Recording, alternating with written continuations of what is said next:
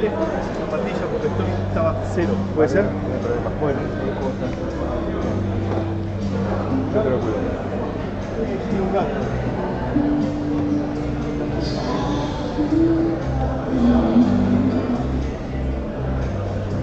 ¿Cómo andás, Quintri?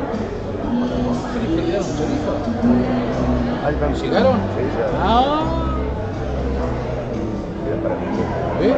Son para mí.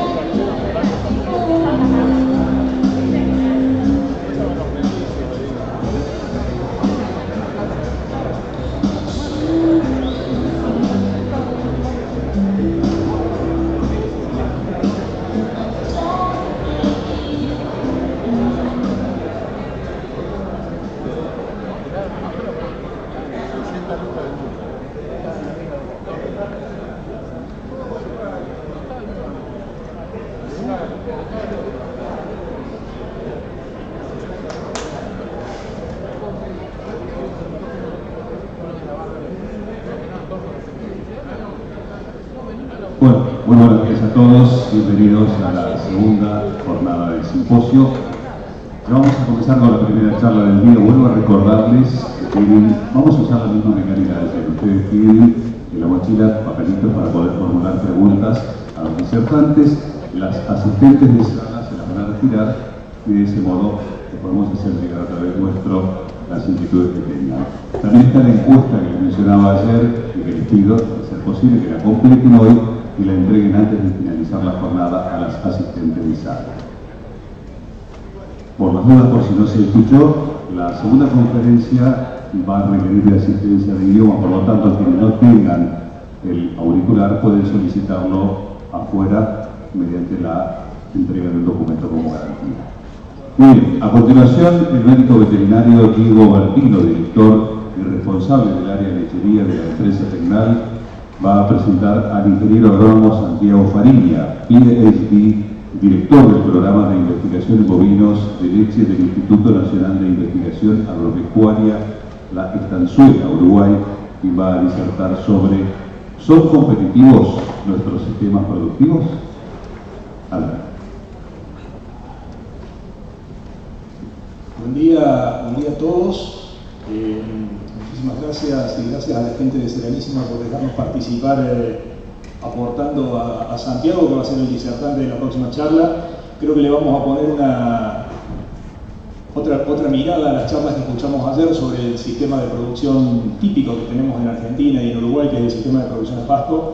Y bueno, para nosotros es un gusto haberlo traído a Santiago. Santiago hoy trabaja como coordinador de lechería en Uruguay, en Estanzuela, que sería el INIA, Estanzuela, que sería el INTA nuestro.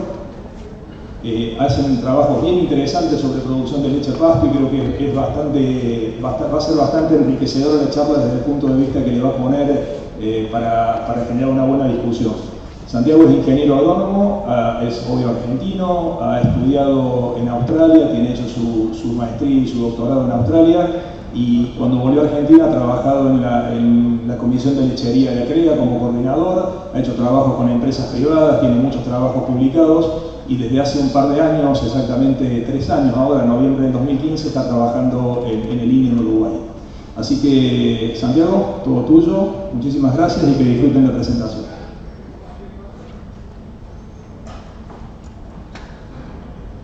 Bueno, buenos días a todos, muchas gracias Diego, muchas gracias a Tecnalia y a Fariña por invitarme, siempre es un gusto poder estar acá y me sorprendí la verdad que tanta gente, con lo difícil que están las cosas, que estén con ganas suficientes para seguir discutiendo cómo estamos y de dónde podemos ir. La charla va a ser discutir para Uruguay y para Argentina, con algunos ejemplos de un lado y de otro, si somos competitivos en nuestro sistema y qué podemos hacer al respecto, con algunos datos objetivos que tenemos.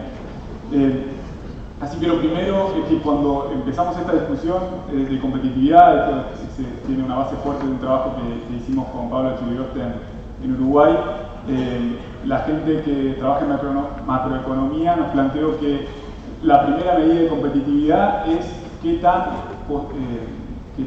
capaz es un país de producir más leche de la que necesita y colocarla en un mercado. Entonces, con esa primera definición, Argentina y Uruguay son competitivos porque están entre los primeros 7, o los principales 7 regiones y países que pueden producir más leche de la que necesita su país. En el caso de Uruguay es el 70%, en el caso de Argentina ronda el 20% dependiendo de los años. Pero esto ya nos marca que junto con Nueva Zelanda, Irlanda y, Nueva Zelanda, la Unión Europea, acá marcando los dos principales países, Estados Unidos, quien se ha volcado más fuertemente a la exportación en los últimos años, también los países de Europa del Este como Bielorrusia, Argentina y Uruguay están ahí.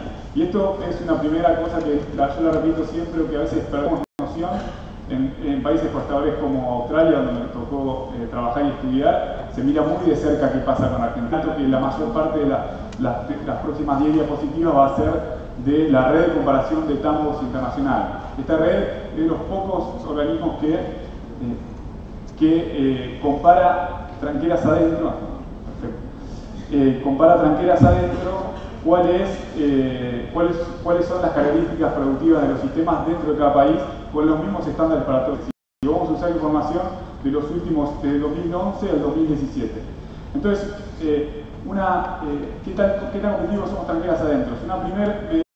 Que tengamos algunos casos muy valiosos de productores con muy buenos resultados, no hace que Argentina el promedio crea, está con una brecha por sobre lo que es el promedio de Argentina, pero igual por debajo de lo que son nuestros competidores en Oceanía.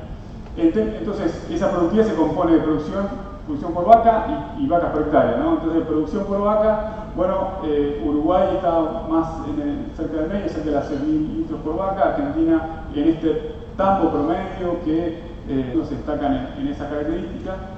Pero si vamos luego a carga, en esto sí es donde estamos más rezagados respecto de estos países.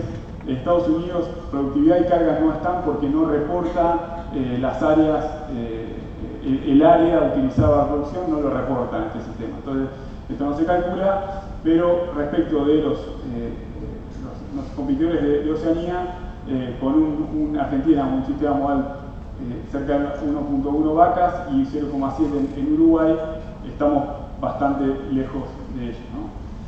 Entonces, pero donde se balancea un poco más la cosa es que con estos sistemas, que si bien tienen menor carga, menor productividad, una producción por vaca intermedia, todavía en estos 7 grandes competidores del mundo, Argentina y Uruguay se destacan consistentemente por ser de los que tienen menor costo de producción, ¿no?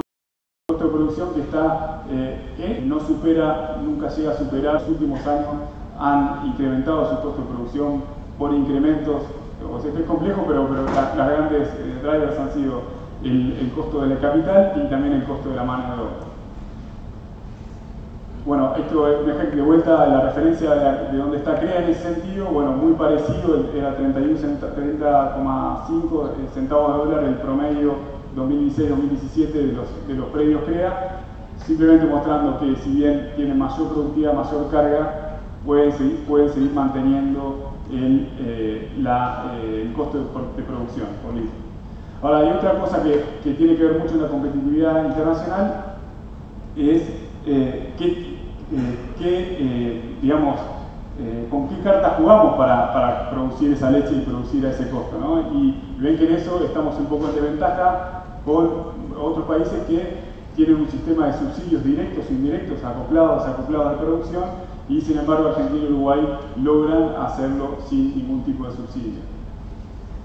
Y otro aspecto también en lo económico, en esta competitividad, tiene que ver con el endeudamiento, que si bien no es una característica del producto que queremos producir y exportar, pero digamos, estamos menos expuestos en el sistema típico promedio, estamos menos expuestos que los países de Estados Unidos, los países de Europa, o incluso los países de Oceanía, en términos de qué tanto de nuestro capital lo tiene el banco, por decirlo de alguna manera, qué tanto de nuestro capital está comprometido con una deuda. Que eso genera si bien es una herramienta de crecimiento útil, que la usan muy bien estos países, también genera un cierto nivel de exposición al riesgo.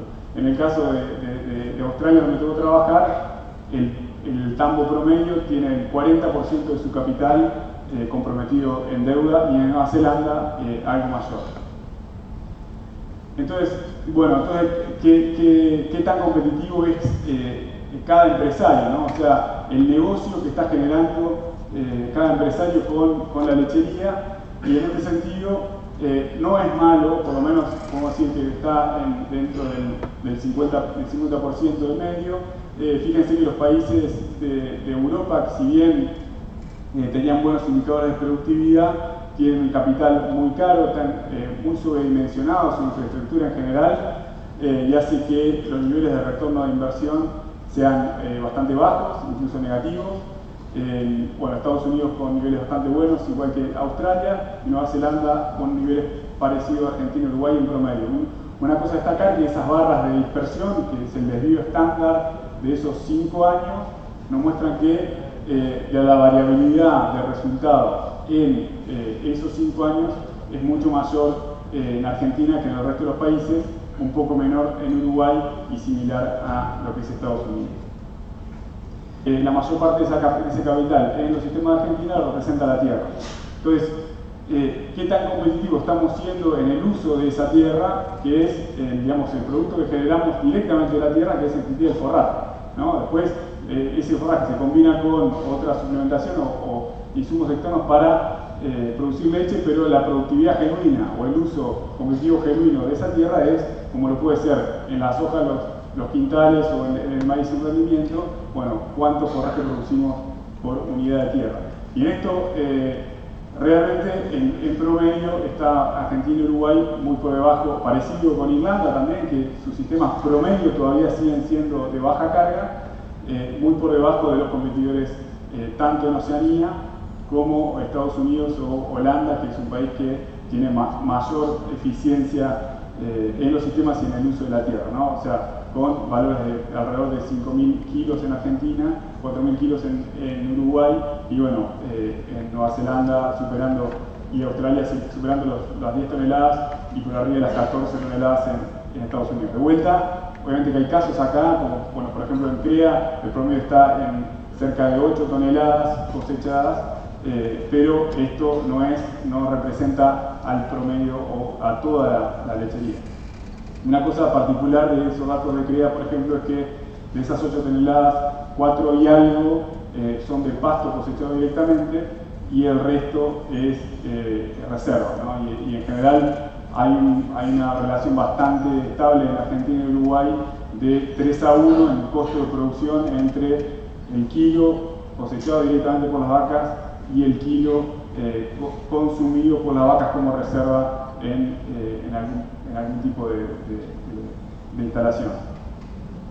Entonces, el último indicador de competitividad, acá estoy mezclando varios planos, pero bueno, la idea es que abarcar la competitividad de diferentes ángulos que existen, tiene que ver con la productividad de las personas. O sea, si nosotros nuestro capital mayor en términos económicos es la tierra, bueno, el capital humano, qué tan productivo está siendo en este sentido, y qué tan competitivos estamos siendo en en ese sentido, y en esto, bueno, pueden ver que si lo expresamos en kilos de leche corregida por hora de trabajo, que es una forma de hacerlo, sistemas bien diferentes en Oceanía, donde son los propios productores, o la mayor parte, esto está cambiando, pero todavía sigue siendo la mayor parte de los productores quienes realizan la cosecha de la leche y hacen la mayor parte de los trabajos.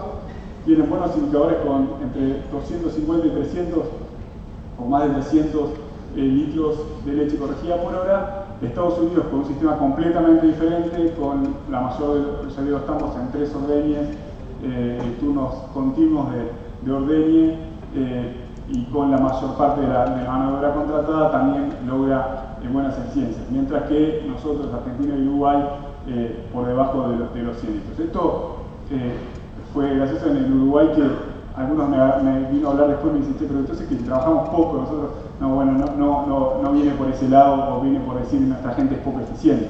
Claramente esto lo asociamos con sistemas que tienen infraestructura que no permite a la gente poder pasar muchas vacas por hora, cosechar muchos litros por hora y poder ser, con poco tiempo de trabajo, producir muchos litros o manejar muchas vacas, ¿no? Lo vamos a ver más adelante.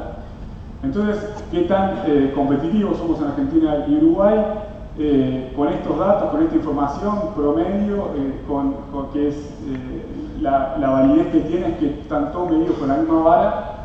Bueno, lo primero que para destacar es que somos muy competitivos por encima de los países de nuestros competidores en el mundo en costo de producción y endeudamiento. O sea, son países que, si bien todavía tenemos margen para endeudarnos más, a eso es lo que vamos, ¿no? Y con un costo de producción que nos destacamos porque es bajo, que tenemos que seguir manteniéndolo así. Estamos en el pelotón del medio en términos de producción individual, eficiencia de conversión, que no mostré la gráfica, pero surge lo mismo y está en el pelotón del medio. Y en rentabilidad, por lo menos, no estamos atrás, no tenemos que ser subsidiados para ser rentables, pero donde estamos mal, o estamos bastante por debajo de nuestros competidores, es en el uso de la tierra, en la carga, que en realidad es la que mueve ese uso de la tierra, en la productividad, que se asocia también con ese uso de la tierra, y también en qué tan competitivo somos en el trabajo, ¿no? Entonces, vamos a hablar un poco de Uruguay y contarles un poco el proceso. Yo lo fui viviendo en los últimos 3 años, pero cómo se encara en Uruguay esta búsqueda de mayor competitividad, ¿no? Entonces, una cosa que pasó en Uruguay es que sí, se creció en los últimos 30 años, se multiplicó 3 veces la producción de leche, en los últimos 12 se duplicó. Es una tasa de crecimiento de más del 3% anual, que es algo que solamente se compara con Nueva Zelanda, es muy bueno, pero si bien la mala noticia de eso también es que se dio en un tiempo en que la tierra se multiplicó por 8 el valor, ¿no? Debido al costo de oportunidad de la tierra, o sea, un boom agrícola empujando hacia arriba el precio de la tierra, por lo tanto pasó de valer $500 en promedio a más de $4.000. Obviamente hoy las mejores tierras están mucho más que eso, pero la tendencia es esa, ¿no? Entonces, si nosotros queremos seguir siendo rentables con un capital que se multiplica por 8, tenemos que ser mucho más competitivos cuando ese capital aumenta. Entonces, ¿cuánto aumentó la competitividad? Entonces, si la miramos en ese sentido, en ese lapso de tiempo, queremos expresar la competitividad como la capacidad para producir alimento.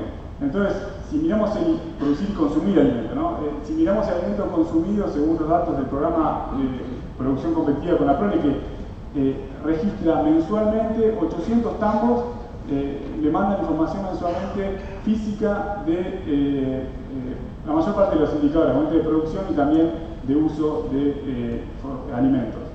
Entonces se ve que en ese tiempo las toneladas cosechadas de pasto por pastoreo directo no se modificaron, tuvieron entre 3 toneladas punta a punta. Si somos un poco más quizás exactos en esto de medir el uso de la tierra, porque hay que tener en cuenta que en este tiempo también cambió la proporción de pastura en las rotaciones, ponemos todo junto lo que es el forraje propio de propia producción, agregando las reservas, y ahí se ve un poco de mejora un 24% en ese tiempo. Pero acuérdense que en este lapso se duplicó la producción de leche a nivel del país. Por lo tanto, claramente, y se mejoró muchísimo la productividad. Claramente no es el uso de la tierra, el forraje propio, lo que explica esto. Pero sí lo fue, en mayor medida, el uso de concentrado, que pasó de cerca de 400 kilos por hectárea por año a más de 1,5 toneladas, ¿no? Esto fue, casi se cuadruplicó el uso de concentrado por hectárea. Entonces, lo que a nosotros nos quedó mirar, digamos, las discusiones que se generaron en Uruguay en este sentido, fue ver, bueno, qué tan bien, qué tan cerca del tope estamos con esas 5 toneladas, ¿no? de materia seca cosechada. Digamos, estamos en el tope, cuánto más podemos mejorar en ese sentido y cuánto margen tendríamos para aumentar, si no, el nivel de concentrados. Entonces, se planteó un poco la necesidad de evaluar estrategias en ese sentido. Entonces, hubo una jornada donde incluso nos plantearon a INIA decir, bueno, la jornada tiene que ser sobre cuánto pasto podemos cosechar. Y en eso empezamos a ver información de un seguimiento también que hace con APROLE en todas las regiones, donde mide con satélite y lo calibra con cortes cuánto pasto se produce, qué crecimiento hay de pasto. Y pueden ver que incluso en regiones que tienen climas bastante adversos, están todos por encima de las 10 toneladas producidas, esto en predios comerciales. O sea, no estamos hablando de estamos comerciales, no estamos hablando de estamos experimentales, 11, 12 toneladas en las zonas de mayor producción. Y si miramos eso en Argentina,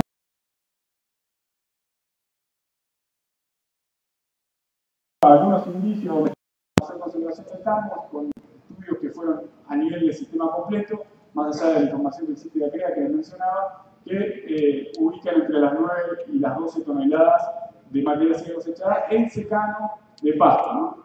Entonces, si bien la pregunta esta de cuánto pasto podemos cosechar es algo que nosotros podemos generar información de distintos ángulos y poder mostrarles son 9, son 10, son 12, depende de las rotaciones. Y lo que realmente creemos en Uruguay que hace falta para lograr un salto no es definir cuánto pasto podemos cosechar, sino estudiar en el sistema cómo podemos cosechar ese pasto. O sea, no es está siendo limitante. Por más que sea redundante, hay que empezar por ahí. Lo segundo es la infraestructura que contamos. Y el tercero es la estrategia de alimentación, que la define el empresario. Entonces, la carga, si bien es redundante, lo han escuchado en la facultad o en cualquier conversación de esta, hay que volver a tenerlo en cuenta porque a veces nos ponemos objetivos muy interesantes de competitividad, en este caso de cosecha de pasto, y si no estamos dispuestos a modificar la carga, no vamos a mover la aguja de nada. Por ejemplo, en Uruguay la carga promedio es de 1,1, pero bueno, si una vaca come, es un ejemplo de una vaca que coma 7 toneladas, una vaca grande que come 7 toneladas, le puedo dar 2 toneladas. Y el segundo, no tan obvio, es la infraestructura. ¿Por qué? Porque si bien podemos estar muy proclives a la cosecha de pasto como el alimento más barato de nuestros sistemas, claramente la curva de pasto en todo el mundo es esta, y por lo tanto hay un momento del año, especialmente si yo aumento carga, donde tengo que hacer algo, tengo que darle de comer de alguna manera. Y más con el barro que hay en Uruguay, que también hay en las zonas, algo que esté cerca del campo, que sea ágil, que me pueda maximizar el uso del tiempo en pastoreo también, y que tenga siempre un área de descanso. Esto es un trabajo que he hecho Alejandro la mano en INIA con distintos tipos de área de descanso. Pero eso es una consigna de ese tipo. La otra es que hacemos ese acceso. Cuando empezamos a aumentar la carga, si lo hacemos sobre los mismos callejones que tenemos siempre, revienta el sistema después, no entendemos por dónde fue que, o sea, empezamos a asociar el aumento de carga con problemas, y problemas de barro, que son los que más sufre la gente. O sea, la inversión, esto es una inversión fuerte, es una inversión casi como que a veces cambiar las áreas de ello, pero hay que tener presente cuando aumentamos carga. Y bueno, la tercera es la estrategia de alimentación. Y acá más que mostrarle un estudio que existe en el mundo sobre estrategia de alimentación, de hecho, y ahora también, a partir de eso en su dieta, a partir de eso en cuánto va a tener de pasto, en realidad al revés, cuánto voy a suplementar, cuántas reservas voy a hacer y cuánto va a salir a comer de pasto. Bueno, nunca vamos a poder mover la aguja de la cosecha de forraje y la cosecha de pasto. Ahora, la única forma que tenemos de lograr algo en esto es dando la vuelta, pensándolo realmente desde el crecimiento del pasto primero, a partir de eso cuánto puedo cosechar directamente a lo largo del año, a partir de eso cuánto voy a dar reservas como buffer del sistema y cuánto voy a suplementar para que esa vaca esté bien comida la mayor parte del año. Ahora esto uno puede coincidir y entenderlo, lo más difícil es hacerlo de verdad. Esta es una foto de Wilson Cabrera, hijo que es uno de los mayores productores de leche en Uruguay y además era director de Agronomo, hoy es presidente de la Asociación de Productores. Empezó con 170 vacas y hoy tiene 8 tambos. Y acá está, es el que está agachado. Es una recorrida que nos llamó a nosotros en particular para hacer, dijo, hace 3 años dijo, el productor que cosechaba entre 2 y 3 toneladas de pasto por año, tenía mucho concentrado, obviamente le iba bien, y dijo, la cosa no pasa por acá, tengo que empezar a hacer más pasto. Hoy está en 5 toneladas y quiere llegar a 6 o 7, pasó de estar en el pelotón del medio en términos de resultados por producción a estar en el cuartil superior. Esto lo dice él, no es que yo lo esté diciendo, lo dice él. Y realmente este es su grupo de encargados. Hacemos una recorrida viendo datos y después viendo los pastoreos y tiene a todo su grupo de encargados. Le gustó la foto porque es como que está enfocándolos. Realmente nos estamos por ir y le dije, no, vamos a ver la humedad, si realmente alcanza la humedad para el crecimiento de la semana que viene. Digamos, esos empresarios que realmente enfocan a su gente en esas prioridades son los que pueden cambiar algo. Entonces, ¿qué hacemos de la investigación en este sentido? Y de la investigación, bueno, hay por suerte diferentes iniciativas y bastante coordinadas en Uruguay, eso realmente es un gusto poder trabajar así. Pero lo primero que hicimos de la investigación en este tema fue convocar a los productores para discutir qué investigar. Y se generaron algunos grupos diferentes con los productores más referentes, los productores más críticos, aquellos formadores de opinión, que eran también los que más le pegaban a INIA, los convocamos para discutir, bueno, cómo podemos investigar sobre este tema, ¿no? Y hay gente de grupos CREA, de Conaprole, de empresas privadas y demás, y con ello diseñamos los estudios que estamos creando y después también son los que nos hacen seguimiento y evolución y realmente crítica, ¿no?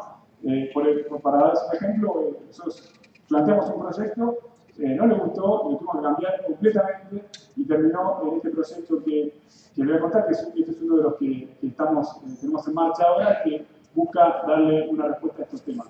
El proyecto de MIL tiene como meta productiva justamente lo que dice el nombre, 10 toneladas de forraje cosechado por hectárea por año y 1000 kilos de sólido producidos por hectárea por año. La hectárea de vaca masa es como hectárea de vaca total, o sea, en todo el área de producción de leche, incluyendo las vacas secas, pero que se plantea eso, que es una meta planteada por los productores, lograrlo con diferentes estrategias de alimentación. Para, comparar un poco la estrategia que significa un turno de pastoreo por día en todo el año, y una estrategia de alimentación más agresiva en el uso del pasto que siempre que haya crecimiento salga a pastorear con 2 turnos y, digamos, busca seguir el crecimiento del pasto más cerca y que pueda llegar, idealmente, realmente no estamos llegando al 60%, pero que busque llegar al 60% de pasto directo. Y bueno, hasta acá llegó el proyecto y este grupo de productores y asesores nos desafía un poco más de evaluar estas dos cosas, pero además cruzarlo por 2 tipos de vaca. Fenotipo Holando Grande, que es un fenotipo de genética americana y canadiense, una vaca de 580 kilos, bueno, que es la vaca más representativa de Uruguay, y también probar con un Holando más chico, que en este caso se probó a través de doble generación de Holando neozelandés, una vaca que pesa unos 80 kilos menos que esa vaca. Entonces, terminamos evaluando estos 4 sistemas, no les muestro mucho más, llevamos solamente un año, pero en definitiva es un estudio de 3 años. Lo que estamos en el primer año, llegamos realmente en todos los sistemas menos en uno, a las 10 toneladas de forraje consumido por hectárea de vaca masa. Superamos bastante ampliamente los 1000 kilos de sólido, 1300 kilos de sólido vaca masa por hectárea de vaca masa, con este sistema de que la carga, en definitiva, en los 4 sistemas la carga es la misma en kilo de peso vivo, son alrededor de 1.200 kilos de peso vivo por hectárea. Con las vacas más chicas son 2 vacas y media por hectárea, y con las más grandes son 2. Lo interesante es que con los datos del primer año, estos 4 sistemas duplicaron el margen de alimentación triplicaron el margen de alimentación del promedio de competitividad con Agronomo y duplicaron lo del cuartil superior, los 4 sistemas.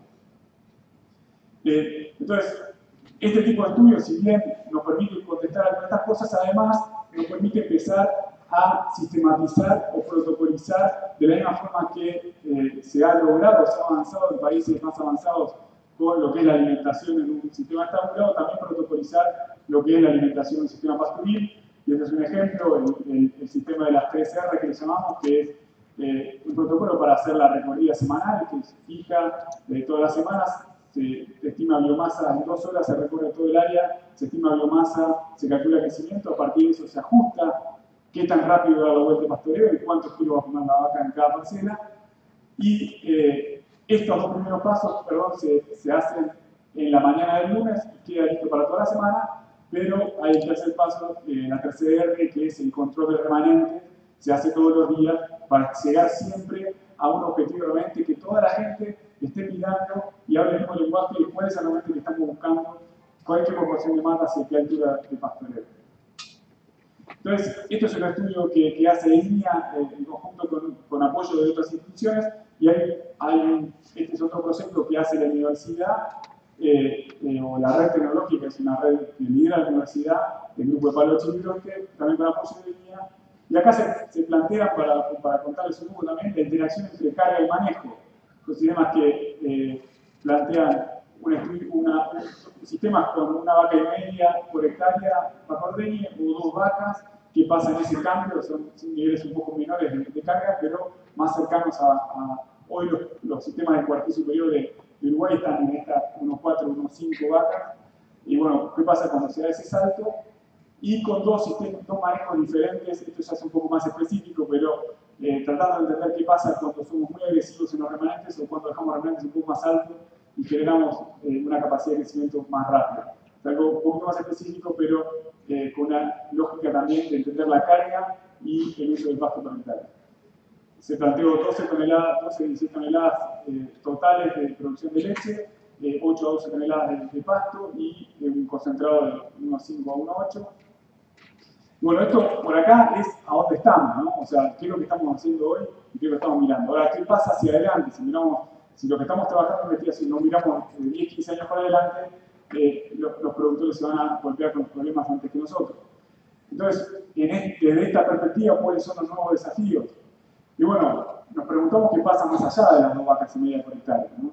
O sea, los 1.200, 1.300 kilos de peso vivo por hectárea. Y ahí un poco el grupo de Paysandú, de Chilerote, con apoyo de Conapro también, se está planteando un poco por encima de esa carga, ese cambio. O sea, que tiene un límite en ese sentido por no tener riego, está en 8 o 10 toneladas, bueno, 50% del tiempo en confinamiento, ¿qué hago para controlar el ambiente? Entonces, hay un estudio sobre el uso de techo, cama y comederos, y bueno, las preguntas están siendo, recién arranca este año, bueno, ¿cuál va a ser el repago de ese costo de esa inversión?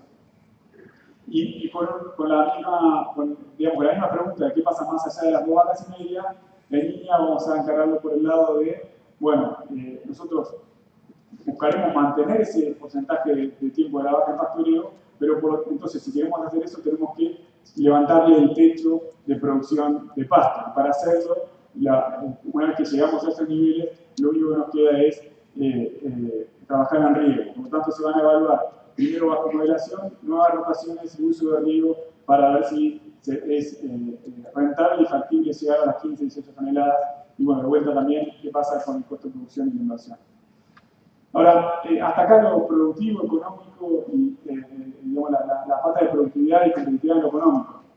Pero iba a mencionar antes de terminar algunos desafíos que estamos viendo y que también se están empezando a hacer algunas cosas, quizás menos y quizás con menos herramientas, pero existen otros desafíos. Uno de esos tiene que ver con, si nosotros hablamos de aumento de carga, casi siempre en la mayoría de los sistemas significa más vacas totales por rodeo. Y si miramos qué pasó en Uruguay en los últimos años, vemos que los sistemas que más crecieron, acá lo que estamos haciendo es dividiendo en 5 todos los estamos de Uruguay a partir de un reglamento que se hizo. Entonces los estamos que están más a la derecha son el 20% que más creció, que creció una tasa del 13% anual, y los estamos que están más a la izquierda son los estamos que menos crecieron, que de hecho decrecieron una tasa del 4% anual. Y lo que se ve es que son estamos más grandes los de la derecha, con un promedio de 244 vacas, y muy chicos los de la izquierda. Ahora, ese crecimiento también repercutió en los tiempos de las tareas, obviamente, y estos tambos de la derecha que más crecieron terminaron con 4 horas de ordeña y duración, mientras que los tambos más chicos se mantuvieron en ordeñas cortas. Y esto porque está explicado claramente por una relación muy desbalanceada en términos del dimensionamiento de la sala de ordeña respecto de la número de vacas. O sea, que es lo que pasa naturalmente acá y en muchos lados, crecemos metiendo más vacas, pero no cambiando la estructura que tenemos. Entonces, estos estamos terminan con 26, ahora más, ¿no? Porque esto es 2015, 26 vacas por órgano de ordeña, o sea, por unidad de ordeña, esto está en Uruguay, digamos. Bueno, cuando, por ejemplo, el objetivo del Dairy Set para Nueva Zelanda, donde los que ordeñan son los productores, se plantean que para tener ordeñas de 2 horas, 2 horas y media, no puedo tener más de 10 vacas por cada unidad de ordeña. ¿Por qué? Porque el ordeña es el productor y no quiere pasar la mano, quiere estar en la fosa todo el día. Y obviamente también hay cambios que generan este crecimiento que son, esto es un cálculo teórico, pero un sistema de 25 vacas obviamente se maneja se puede manejar con una sola persona, 55 también, que se van a necesitar 2 con uno de 100, estas unidades de equivalente full time, ¿no? 3 con este, bueno, pero ya con el sistema más grande empezamos a tener más personas, por lo tanto empieza a cambiar esa lógica del productor que lo maneja por sí solo, con su mujer, con sus hijos, con un empleado casual, tiene que empezar a manejar una planta de empleados y eso, un equipo de empleados, y eso genera cambios bastante fuertes.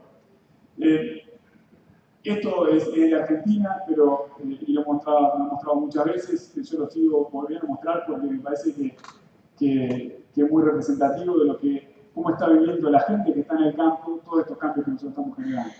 Este es el reglamento del factor humano que hizo CREA, 1.200 empleados, y que una de las 50 preguntas que se le hacía era qué cosa no le gusta de su trabajo.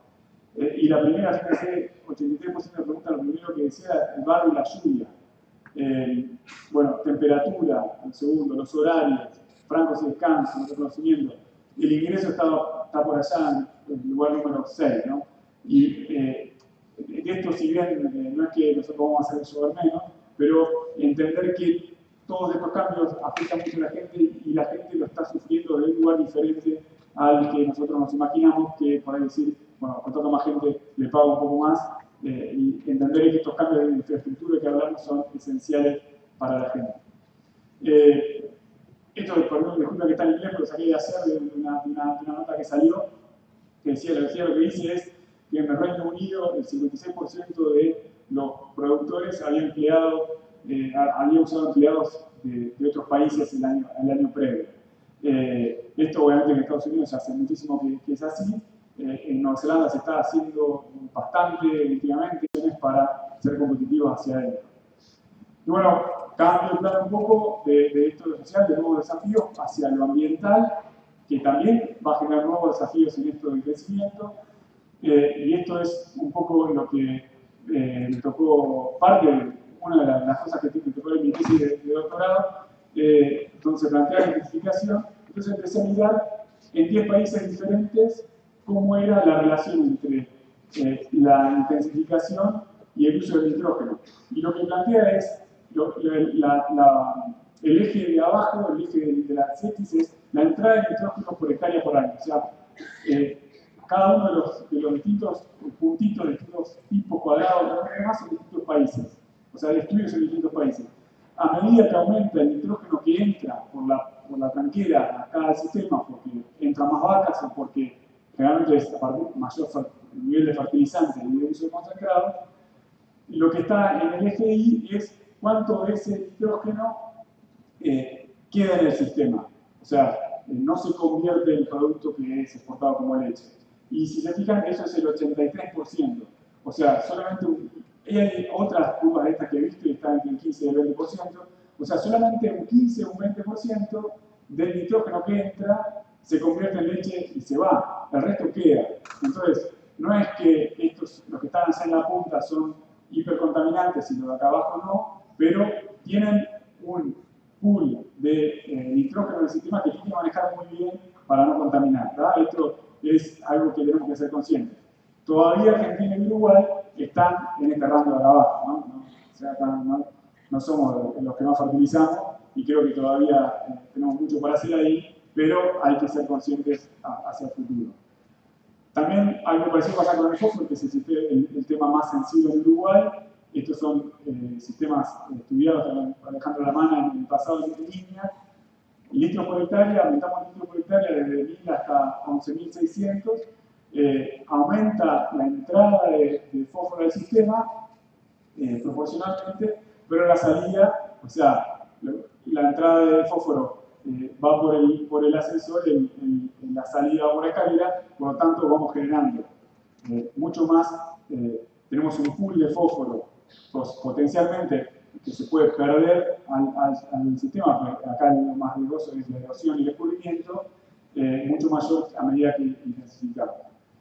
Y bueno, esto es un poco más político, pero lo que pasa en Uruguay es que Uruguay, como exporta el 70% de la leche, depende de su economía, depende de las exportaciones agrícolas en gran medida, vende esta imagen de Uruguay natural.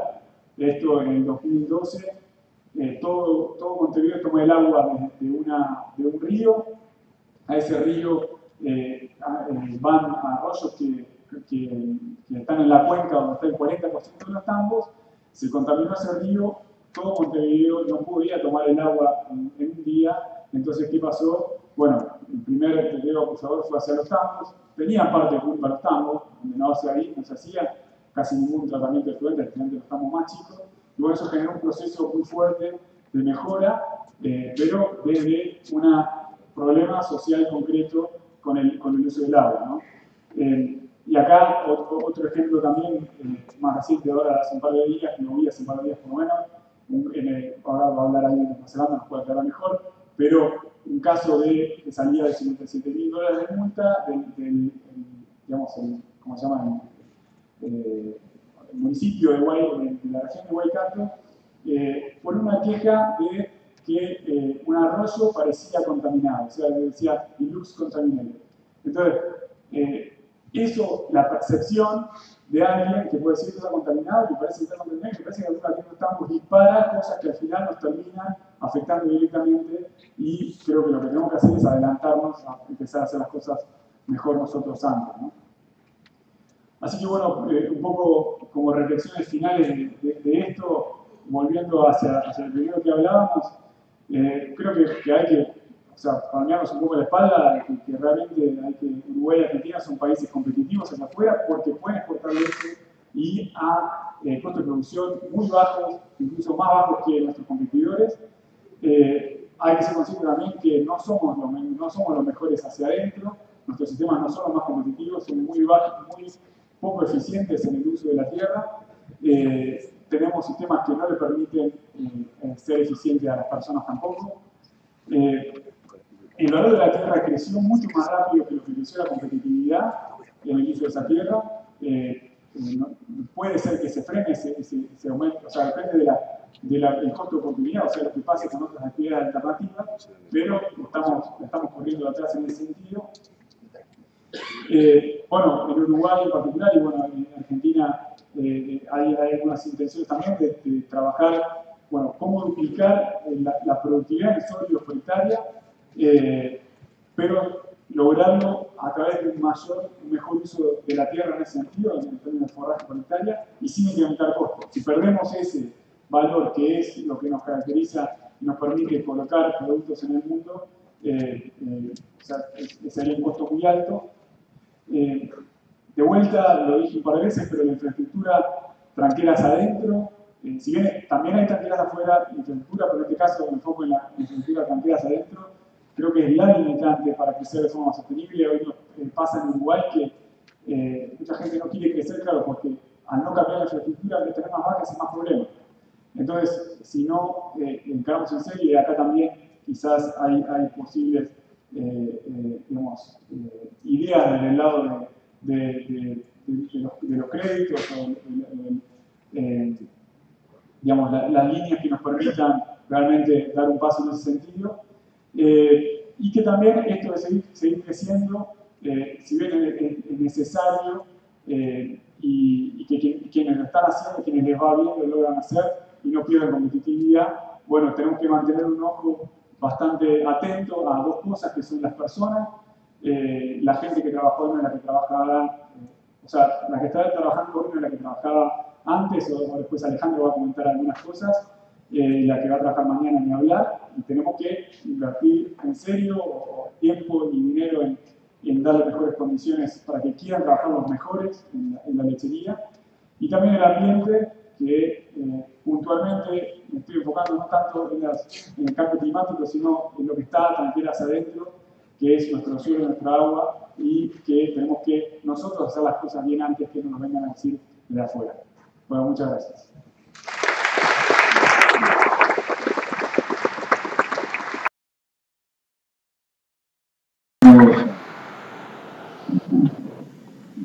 Ayer comentaron que el futuro de la lechería está en los cierres. ¿Qué opina de este comentario para nuestra realidad argentina y Uruguay? ¿El futuro para Argentina o el futuro para quién? De la lechería en general para nuestros países. Ir a menos, ¿no? Hay sistemas que estabulados completamente llegan a producciones de 34 litros por medio por vaca y tienen todo el sistema aceitado como tal y por lo tanto son rentables, pero son muy pocos los que pueden realmente tener las inversiones para llegar a ese tipo de sistemas, pero no logran tampoco ser mejores que los campos pastoriles más eficientes, que logran un costo de producción y una productividad por hectárea similar. Entonces, eso por un lado. Por otro lado, creo que, digamos, de vuelta lo que no se puede es hacer algo a medias, ¿no? Es tener encerrado, pero más o menos haciendo mayores inversiones para encerrar y logrando producciones por vaca de 24 o 25 litros que difícilmente van a pagar estas altas inversiones. Pero con esto no, digamos, claramente Argentina y Uruguay no es Nueva Zelanda, hace calor en Santa Fe, en Córdoba, cuanto menos en el oeste de la provincia de Buenos Aires y en Uruguay, y hay que hacer algo, o sea, tenemos inviernos complicados y no tenemos sistemas totalmente estacionados, entonces hay que tener alguna estructura para, como decía, cuando no hay pasto y hay malas condiciones, la vaca que estén comiendo bien y tengan confort. ¿Cuál es el sistema, digamos, de infraestructura?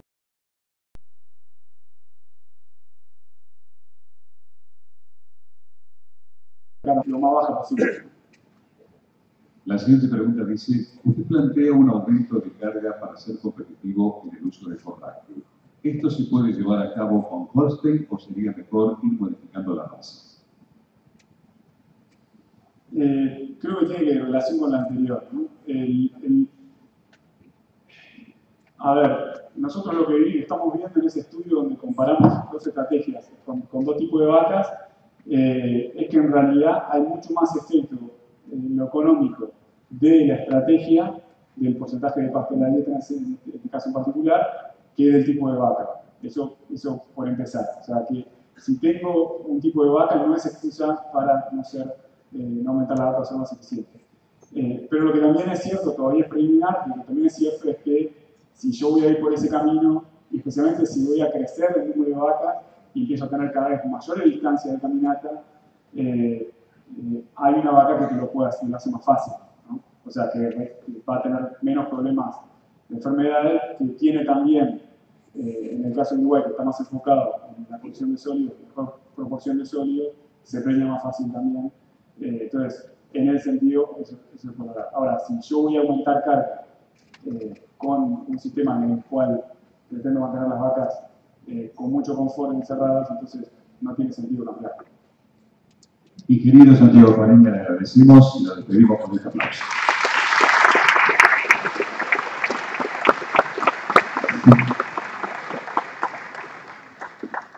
A continuación, la embajadora de Nueva Zelanda en Argentina, Ramin Yufalani, va a presentar a la señora Kathy Milne, productora, lechera y actual presidente de Federated Farmers of New Zealand, quien va a disertar sobre producir para las generaciones presentes y futuras. ¿Por qué nos importa?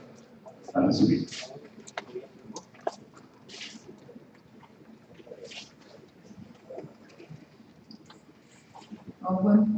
Buen día a todos. Soy Ramin Yufalani, la embajadora de Nueva Zelanda acá en Argentina. No creo que sea una novedad para ustedes, pero nunca está de más recalcar el hecho de Nueva Zelanda, al igual que la Argentina, tiene un sector agropecuario fuerte y pujante.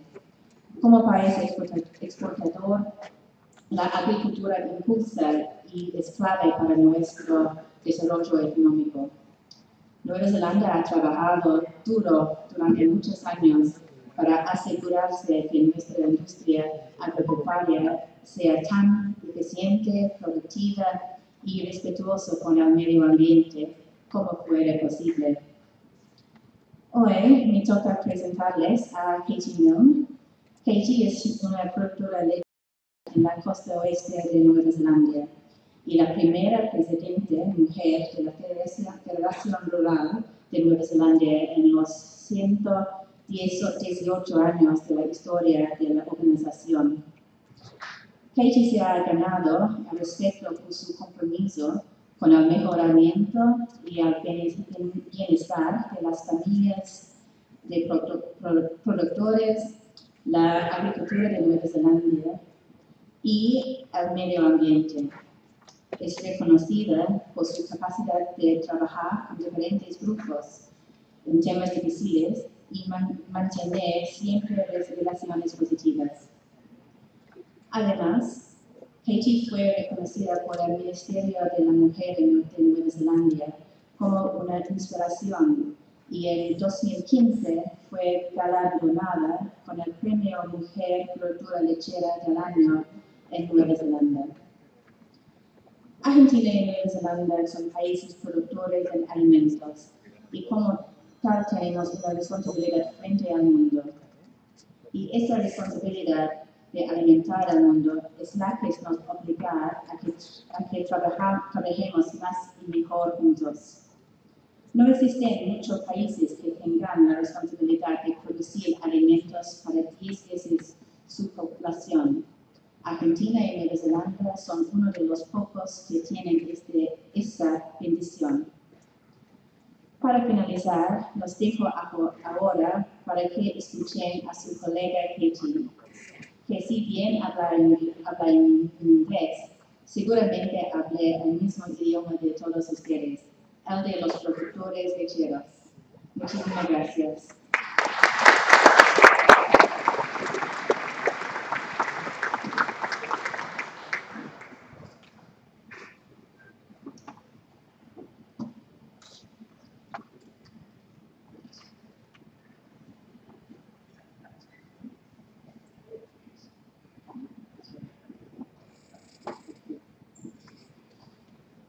Good morning, everyone. A pleasure to be here in Argentina. It's my first visit here, and I'm glad to see that you cooled the day down for me because it's usually more this temperature in New Zealand where I live than yesterday's and the day before was hot, 30 degrees temperatures. Here to talk to you today, give you a little bit of insight into where New Zealand dairy, where we are headed.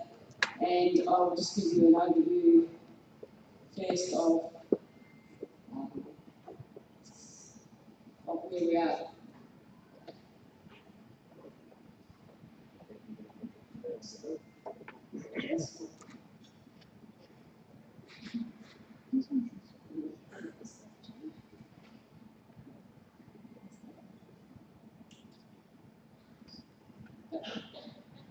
Thank you. So in New Zealand, we produce 3% of the world's milk, and we export 95% of all that milk that we produce. We only have 4.7 million people in New Zealand, and we can't drink it all. An interesting sideline to that is that a number that aligns with the export is that New Zealand, all the rain and the water we have that falls on New Zealand, 95% of that exports as well, because it actually flows out to sea and we don't utilise it. We do have some irrigation, but we do not capture and harvest enough of our water at this point. We're trying to be a value add, not volume focus in our next phase of dairy production. We've done the volume thing. We've got our production up in New Zealand as far as we can, apart from increments of increase now through efficiencies in the animals, through genetics, and some more innovation in new grass species or new technology in the grass, making it have more energy. We have made the grazing systems very efficient. On my own farm, when we bought it in 1992, only milked 200 jerseys where I am, but we started out with 150 jerseys, and we have improved the grazing rotation, and when the grass is growing at its fastest, we graze at 21 days with good clover and ryegrass pastures, and that plus doing a soil test and understanding exactly the nutrient balance in our pasture, and it was high in phosphorus. We added a lot of lime to our system across the farm, got the pH correct so we could release the phosphorus, and we grew more grass, and our production has been able to go up 100% on my own farm in a period of probably, it did take 10 or 12 years to get there, but we had a 50% increase within 3 years in just getting the balance right so the grass could grow at its maximum.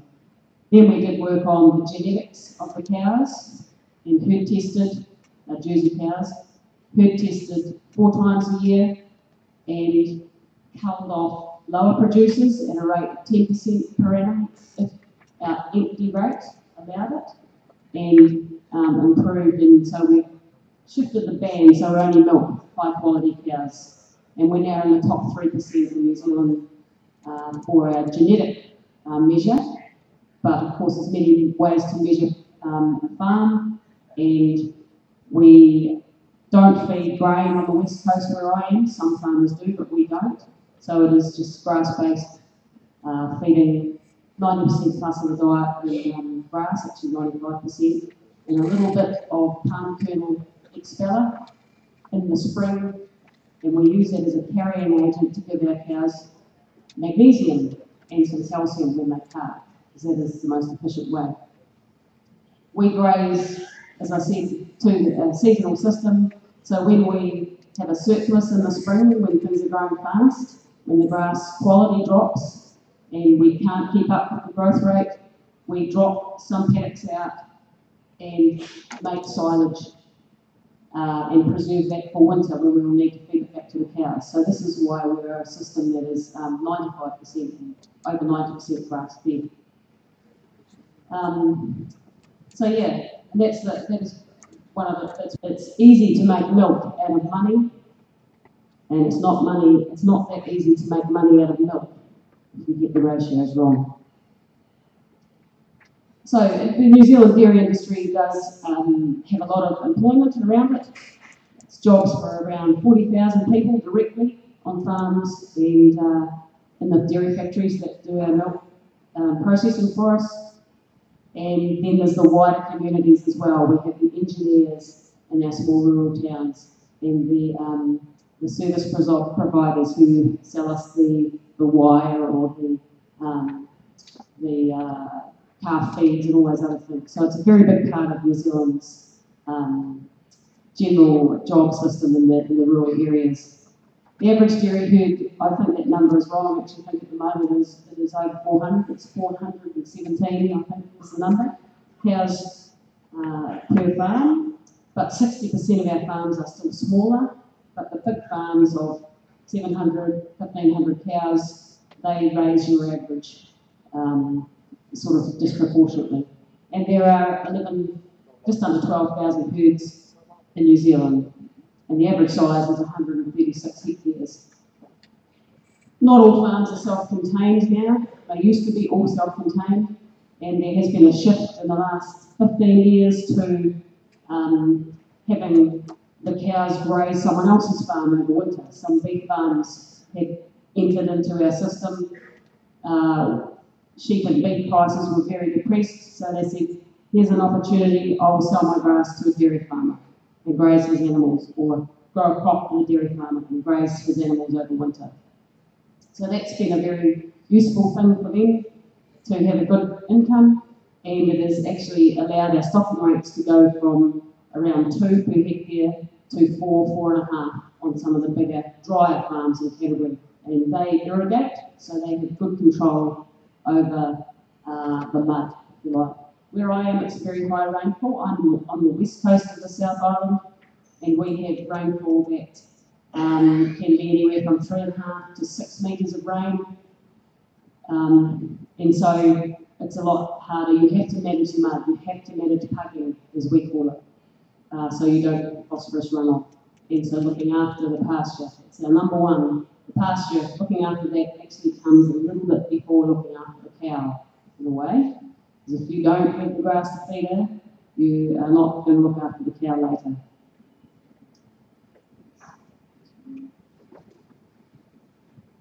Yeah, so we have in New Zealand, we can grow up to enough produce to feed 40 million people. We're not quite there yet, but that's the potential of New Zealand. Having said that, that is the potential of New Zealand because we don't have any more land. We're a narrow country. I should have put a map up. You hopefully know what it looks like.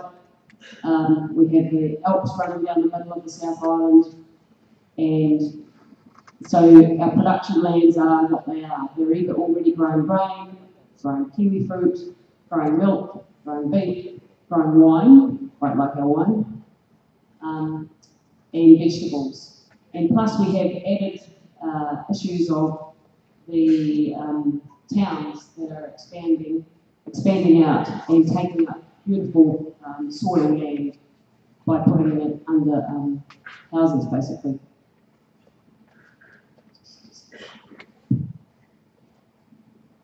So we had a problem with water quality in New Zealand, and it actually goes back further than 15 or 20 years into the 70s. We had lots of our industry as being dairy farming, but also all our service industries using our waterways as a disposal for their externalities, for their dirty water. So our freezing works, our meat processors, everything went into the river.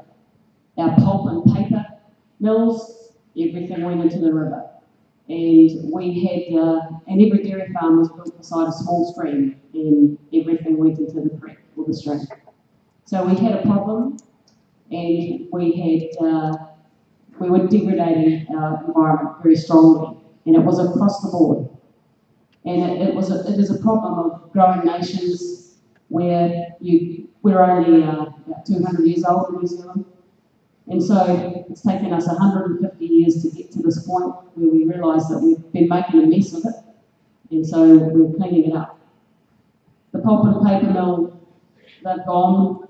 The freezing works, the meat processors, big holding ponds now, and a lot cleaner environmentally, dairy companies and all those things. And now the farmers in the last 20 years have been doing their piece and tidying up what we do. And so the effluent is going back onto the paddocks. It's great to take the manure and put it on. It's a good resource. Might as well put it back out there and grow the grass. Saves you taking cash out of the pocket for fertiliser. That has been an expensive process though for some. In some areas you still can have some pretty simple systems to do this, but the systems are having to get more sophisticated. And on the back of that we have our land, our LAWA, land and water Aotearoa report, Aotearoa is Māori for New Zealand. That is put together from our regional councils, where they've been monitoring all the waterways, and that gives us the numbers to show that the water is improving or being static. There's only a few, I think it's 15 or 16% that are still going poorly, and they happen to be around our big cities and big towns. And most of the rural sites are either holding or improving. There's a couple that are still going down as well that we have to do more work on. So farmers have been doing environmental farm plans, management plans. We've been developing lots of best practice ways to farm and trying to get everyone to do those, which is very quick for everyone to upskill and do that. We use discussion groups, like Crayon groups, I think. Yeah. We have Dairy NZ that gives us groups to get together and learn from each other and bring out the new technology that the scientists have worked on, the understandings, and then develop farm systems to implement so we can improve. And yeah, so farmers have been riparian planting, being more careful with their applications of nitrogen fertiliser, and fenced a lot of the waterways. A little bit like we did before, Uruguay had the small streams and they were going in. Most of ours in dairy are fenced, and our sheep and beef not so much, and on our runoffs not so much, because they are more extensive. The animals are spread out and not as many per hectare. But on our dairy platforms, as we call it, the place we make the milk, most parts of the country are fully fenced from the waterways. A couple of areas like mine, there's some areas that still on some farms that aren't, where they may have too many bridges to put in or too many fences to do and too many floods, but they manage the grazing, not shifting animals across the waterways very often, so maybe 4 times in a month, whereas it might have been twice a day. So there has been quite a few bridges and some of those farms have to get built and things like that, but we had to do it. The environmentalists in the country were going bananas and had pushed and pushed, and as we understood the nutrient value we were losing as well, it made sense to us to pick it up and do it. We tried to fight it 20, 15 years ago, but we decided that actually doing things better and improving is going to help our bottom line eventually anyway. We'll get better access to markets, and as we want to go up the value chain and have value in our milk rather than volume, that also helps us to tell a better story about our milk.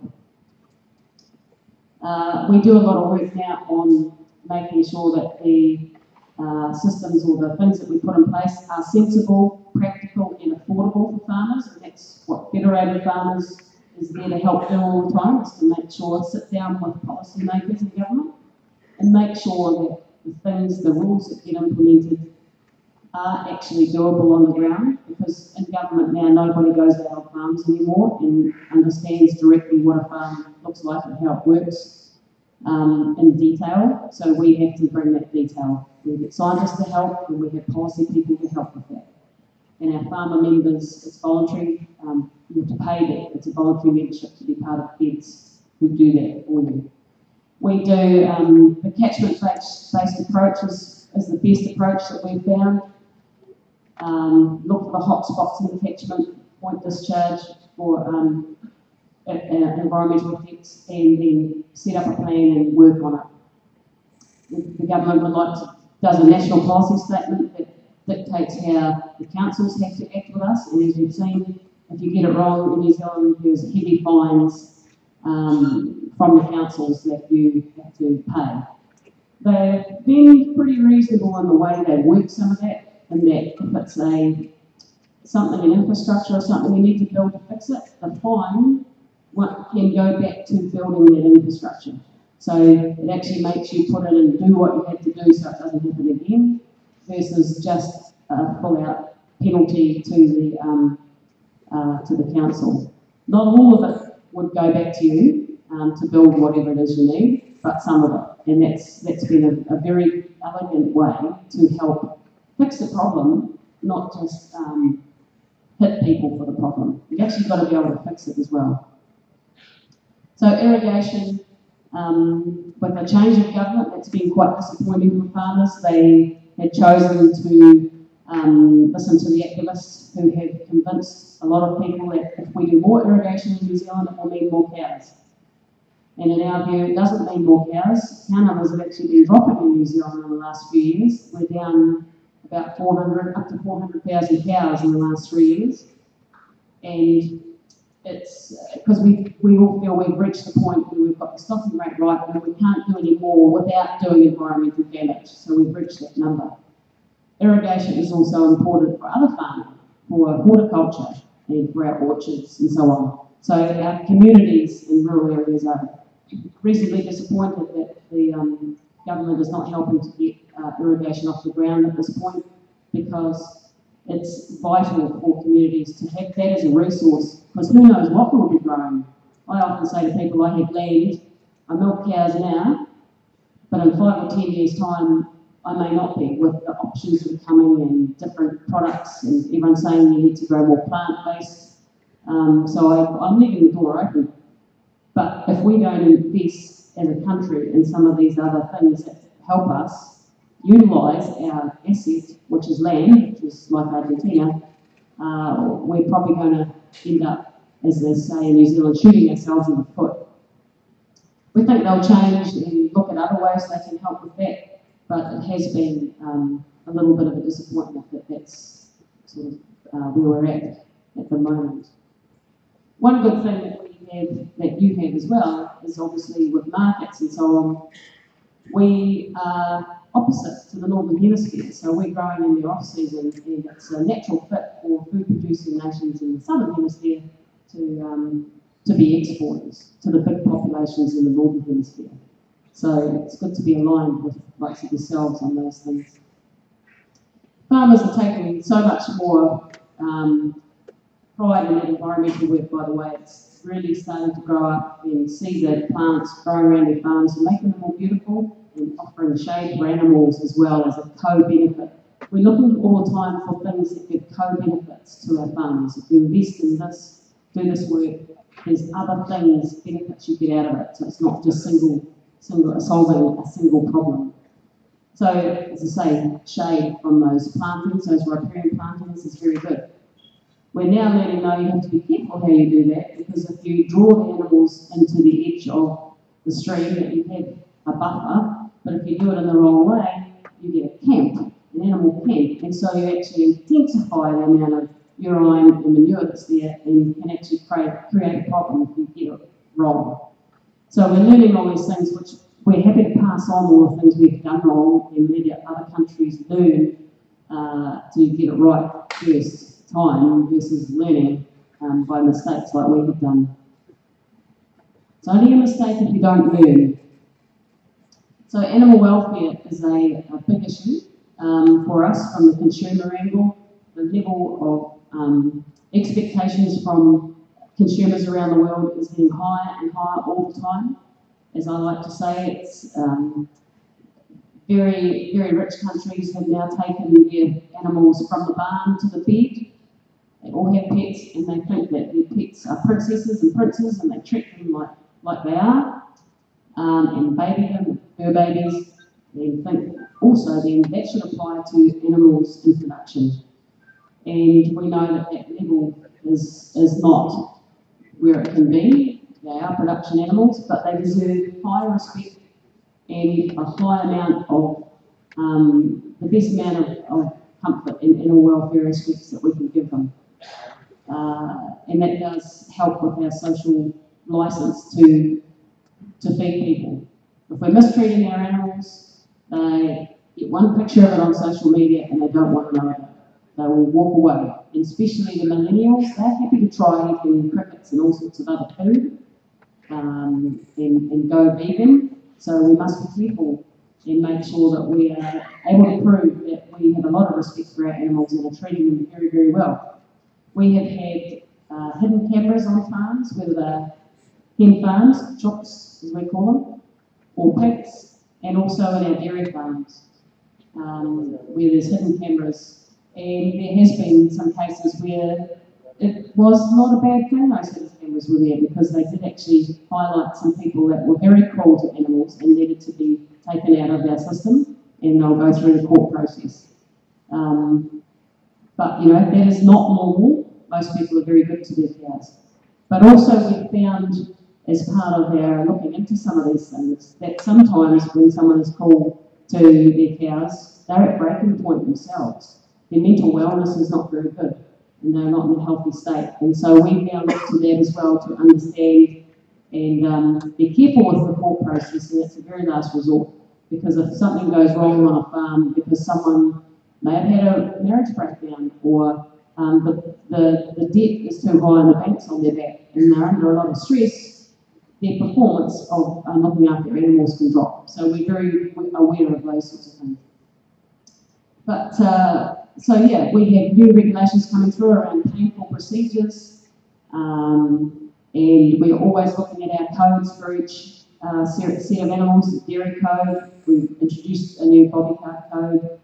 We're now looking at, from the 1st of August next year, every calf that's dehorned will have to have anaesthetic, whether it's local or fully knocked out.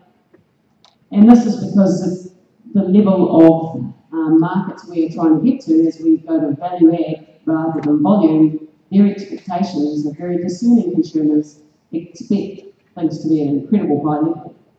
A lot of our dairy farmers actually are already using anaesthetic on their calves. 70% of our farmers already do.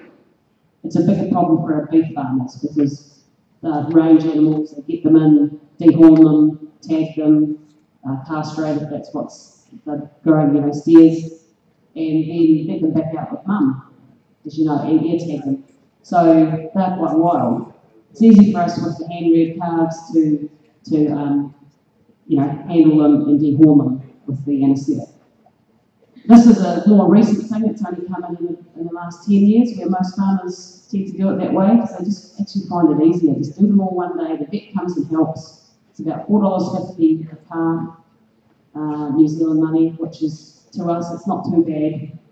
A couple of hours work and that job is done. Every calf is dehorned and doesn't grow any bits and pieces.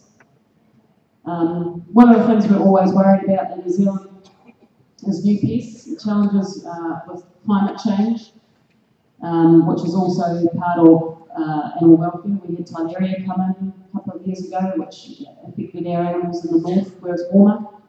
They got very sick in the spring and anemic and down, and a lot of people lost a few cows, and a lot of cows, they become immune to it, but if it hits them when they're milking at the spring, it's really hard work working with them. So that's been an animal welfare challenge. Climate change, those effects, we may see more diseases coming in that will affect us, affect our farms. We know we have had a lot of incursions of different things in the last few years, more unseen things or small things, and with the tourism that's coming in more and more, it's supposed to double within the next 5 years, and then I suspect it'll double again, so that's a lot of people moving through.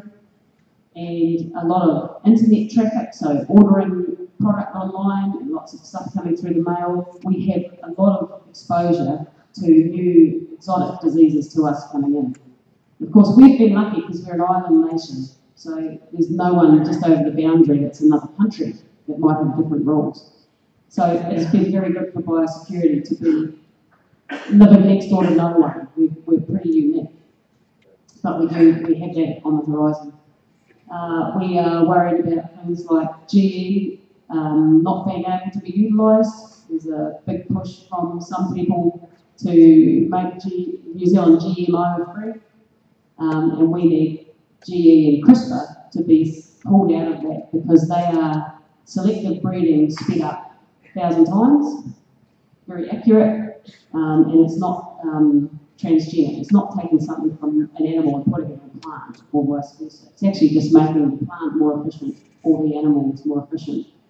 And a classic for me is if we can turn the horns off in our cows by clicking the right gene, which I know can be done, we don't have to go through the anaesthetic of dehorning and all those things. So there's a co-benefit thing again that would be good. We also have some great scientists that have done a lot of work with grasses, and they have developed a gene-edited grass in New Zealand that is now being trialled in the US And so we'll be competing against us, and it has better water, better drought resistance, so better water efficiency, higher energy, so on that 21-day round that I talked about, grazing the grass for optimum for the cow, it's more efficient with that and keeps her production up. So it's very frustrating for us farmers to have invested in those technologies, and at the moment we can't utilise them ourselves, and actually we're giving that opportunity to others to compete with us. So we're very interested that you are keen on making sure that all those tools we will need in the future are in the toolbox. And as we look to, perhaps using less fertilisers, less nitrogen might be something that comes down the path, and it's coming down the path with us quite quickly. The expectation is we'll have to use less. GE might have a pathway in there for us. Again, if those grasses are more efficient, then maybe you can cut your nitrogen back. So that is all better on the pot. You don't have to buy it and put it on, or you can keep more nutrients on the farm and being utilised for you. It's a benefit. It's a win-win.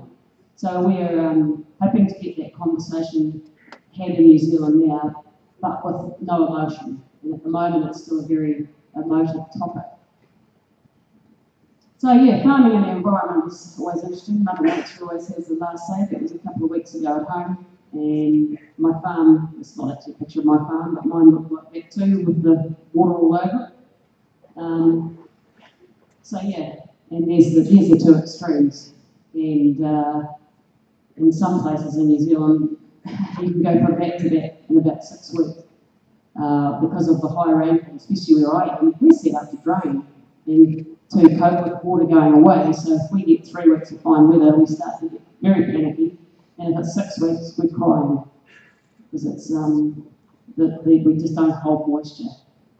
So greenhouse gases, climate change.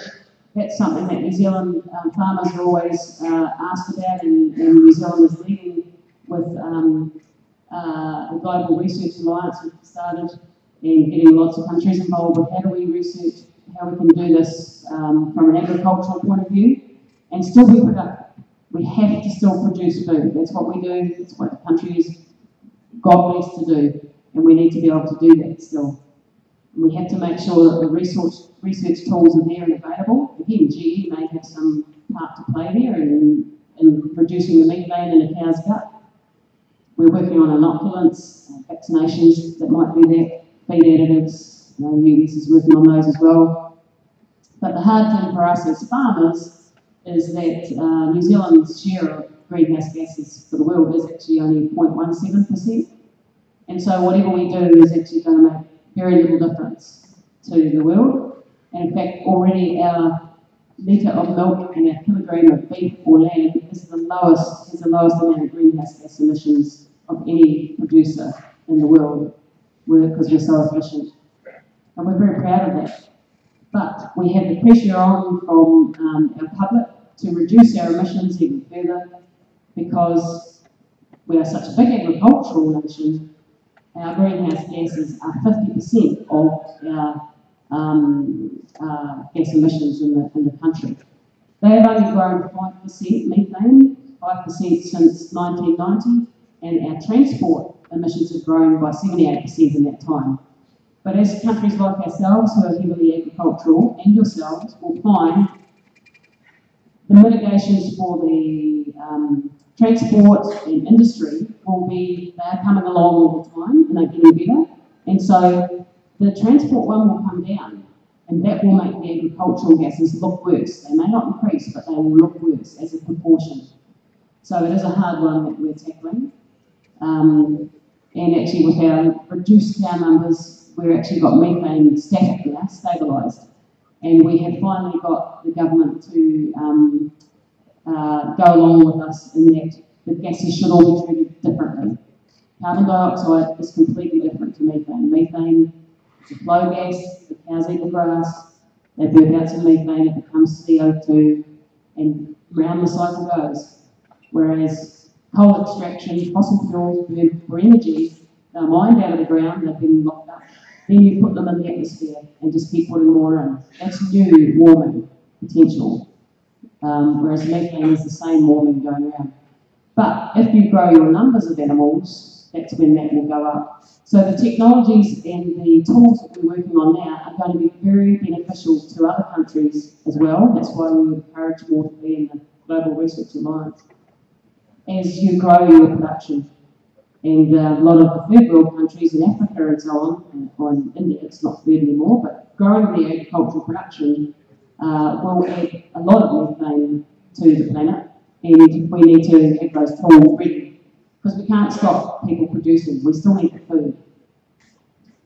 So yeah, we think the agricultural gases at this stage are still unfair to be brought in, because we don't have the tools properly ready that will help reduce the methane. So it is a localised problem, but everyone, as I say, keeps looking to New Zealand. What are you doing about methane? What are you doing about global greenhouse gases? And that's very high level stuff, but our government was actually thinking about taxing for it, and yeah, we're worried about that, because until there's mitigation options, it's just a tax, it's just money that goes out. And so that money actually could go into the co-benefits of more planting of trees for shade, which become a carbon sink as well, to take away and offset our emissions. That's some of the things that's being looked about. We have a project actually at the moment to plant 1 billion more trees in New Zealand. And so half of that was just the normal replenishment as we harvest the pine trees, but they want to double the amount planted. That has issues for our beef farmers and for our dairy farmers, and that is, as I said earlier, there's only so much land in New Zealand. And if we take out too much of productive land and put into trees that are 30 years before you get a return, it's hard on communities. So we're being careful about how that looks going forward, because you need people to have a vibrant economy which is thriving rather than just surviving. But yeah, transferring of technology and learning systems and then helping other countries with them, and we feel as New Zealand's going to be the biggest contribution to greenhouse gases that we can do, is to pass on technology and learnings so that everyone who is increasing production can actually do it in the most, with the lowest footprint, with the least effects. And yeah, so we're really happy to do that and encourage people to come and learn from us. So, yeah, dairy production is a high nutrition role. You know, it's a nutrient-dense product, and it does meet the second of the UN's Sustainable Development Goals, which is zero hunger. The first one is zero poverty. So you too are part of that, helping with that one. And it's a very hot topic among some. I've heard people talk about that because of the methane emissions, that animals should not be part of food production going forward. They're very biased people, of course, a very small group, but they do have power of internet and pushing stories and putting out bad stories about agriculture when it suits their goals themselves. So we're doing lots of things to try and help people keep agriculture trusted in New Zealand, because our people are very susceptible to listening to others who say agriculture's impacts are very bad for our environment in multiple ways, and also animal cruelty and all those things. So we've got lots of different projects that we're doing to try and help that. New Zealanders understand from the survey, 80% of New Zealanders know that agriculture is incredibly important to us and to our economy, but they're not coming out on farms anymore and seeing us and being closely being shown directly how we do it and how we do treat our animals and the planting of the trees on the farms. So we're trying to build that trust. So there's a few campaigns of little good stories that we're putting out. We're trying to get some modules of soil and how that grows things into the curriculum at schools. We've developed those, and the teachers can pick it up and it meets all their work streams they need. Irrigation New Zealand has done one about water. So we're trying to tackle a lot of, sort of in lots of different ways to help with that public perception, which is a tough one. as was in the previous slide, previous speaker, New Zealand does have an issue with where we will find our skilled workforce going forward. That rural-urban divide, people don't know that there's good opportunities in New Zealand to go and work on farm, and so they don't come out. They never even thought about it because the work that was done years ago in schools and some agricultural programs that were in schools, it was taken out about 15 years ago, and so town people have forgotten. Yeah, about 10% of our farm workers are migrants from the Philippines or some from India. We do have Europeans as well, and we do some from South America. So come for a working holiday, it's all good. And you can learn some of our ways. But in fruit or kiwi fruit or many different industries for the same workers. So that's a big issue for us. We have just started, and our farmers are getting older. They want to be able to sell their farms or to retire. In New Zealand, the average age of a dairy farmer is 48 and a beef farmer is 58. But worldwide, the average age of farmers is 68. So I'm kind of quite young. So they're all issues of where do you find the skills you need to come into come and work on dairy farms. So we've developed a dairy apprenticeship scheme, and we have attracted people out of the cities already to come and work there, which is good. So they'll get trained from the very start, knowing nothing about farming, all the way through to being able to be a farm manager if they choose. And then if they wanted to go further, we have a share milking system in New Zealand where someone owns the cows and someone owns the land, and they split the milk check 50-50. The farmer has to supply the fertiliser and make sure the infrastructure is good, and the land pays the rates and all those things, and the person that owns the cows does all the animal welfare stuff and milking generally, and has to sort what stuff they need and all those things. So it's worked quite well for New Zealand. It's got people owning land who could never have dreamed of owning land any other way. Although at the moment our land prices are extremely high, I think that part of that is because we changed the system, as I said before, from being self-contained to doubling the amount of cows we can have on our milking platform. And so double the amount of milk production off that platform, some of those farms are up to 2,400 kilos a farm. The average is still further down at about 1,300. But we buy on per hectare, but generally we buy dairy farms on the price per kilo of milk solids. So it's therefore it's based on how many kilograms of milk solids you can do. So it's driven the price up. But yeah, the apprenticeship scheme is working well, and we've all rolled it out at Federated Farmers to, the idea is to roll it out to sheep and beef as well, because we can't even get shepherds anymore. It's very low unemployment rate is a problem for us. Also, technology is coming in more and more on our farms, and so it's good to have younger people because they understand all that technology. And if you bring in people who are not from farming too, they can sometimes bring the most incredible innovation because they've not already stuck in the old ways of doing things. And a bit like I said, our farm's gone up 100% in production and it went up in a short time. Part of that was because I wasn't a dairy farmer. I come from sheep and beef. So I had to learn dairy farming. So I went to the discussion groups, and any farmer I saw doing something different or who was achieving very well, I would ask them what they were doing differently. Because the farm we bought was off Ian's family, and it's been in his family 100 years. So farming was the same way because that's what Dad had done. So that's what I'll do, and that's what I'll teach my child. So it was good to invigorate the system by having someone different. And that's what I think some of our young town people will do for us if we can get them there more and more. Also, we need good connectivity on farms for this technology to be working. And we've got pretty good in New Zealand, 95% coverage countrywide, but of course the 5% that doesn't have it is rural. So it is harder for some, But of course, to attract staff nowadays too, they want to be able to get on the internet. They all want to run the smartphone, which we need them to too, because a lot of our apps for our farm, we have, all my cows are on my phone. I can look them up today and I can look up and see that the grazing round got a bit long and the cows have done a big dive. It's that time of year the grass quality goes off.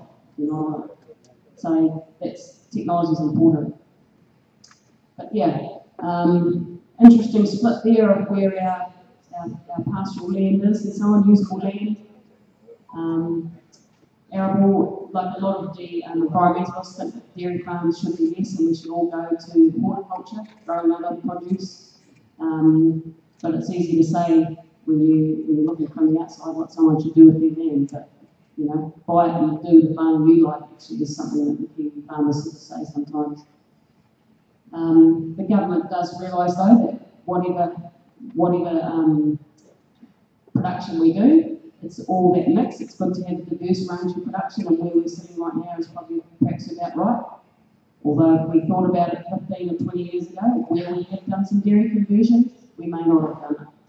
If we understood the environmental impacts that we have had in some of those areas. But now it's done, we have to do our best to fix it. But yeah, as noted in there, the urban sprawl is a big problem. There's something like 30,000 of our best hectares a year go under concrete in some of our best growing areas. And we're actually doing some legislation now to help stop that in some of our critical soil areas. So that's really good that the government's aware of that and is trying to make that better. It's very high productive vegetable growing areas. Yeah, so what keeps farmers in New Zealand awake at night is biosecurity is a big one. As I said before, we're very susceptible to new incursions. We've got marmorated stink bug that's trying to come in. We had the Tigeria a couple of years ago. We have myrtle rust that's come in, which could affect our manuka honey. We're not sure yet whether that will. It's attacking some of our native plants. We have Cowrie dieback, which is a disease that's attacking one of our most iconic trees. And again, we're thinking GE could help with some of this. It can help you make a plant more resistant to something, then you don't have to put pesticide on. So there's some co-benefits again that some of this technology will have, which will be incredible for us, and we really want to get there. We're doing a project at the moment, countrywide with the government, Biosecurity 2025, sorry, and we're saying we need a border army of 4.7 million people, which is everyone in New Zealand. We all need to be aware of biosecurity and how important it is for New Zealand. So if we see something, we ring the number and say, oh, I think I found this weird beast, and then we can deal with it. And that will mean that we can get onto things quicker and knock them down before they get away on us. In fact, it's bizarre what comes in. We don't have snakes in New Zealand. And a couple of weeks ago, a farmer had bought a ute imported from Australia, and it was winter, and then winter finished, it got a bit warmer, and a snake fell out of the dashboard onto his feet. It obviously been hibernated and woke up. So it somehow snuck through the border security. But yeah.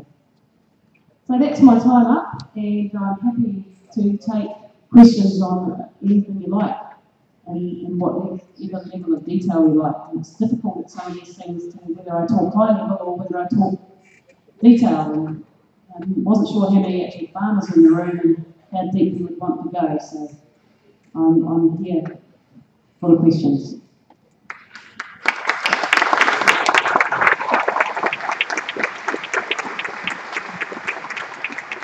Pasamos a la primera pregunta del público. ¿Qué importancia tuvo el problema de micoplasma en la industria lechera de Nueva Zelanda?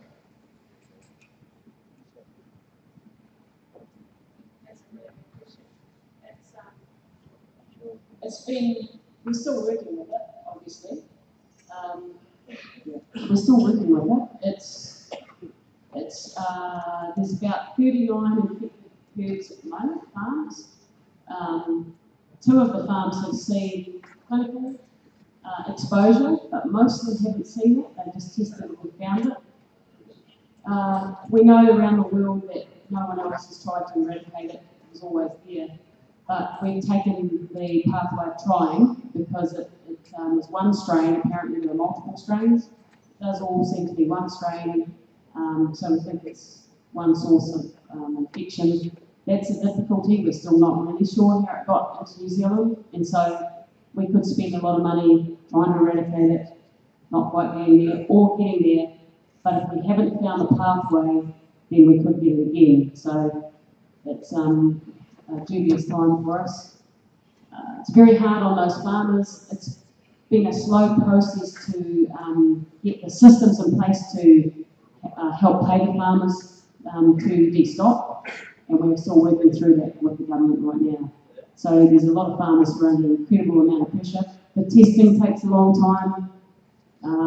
We're doing a series of 4 tests to be clear, and yet we know if a cow is not under stress, she won't express it, so you may not pick it up. And then so it may be dormant in the cow and then expressed later in life.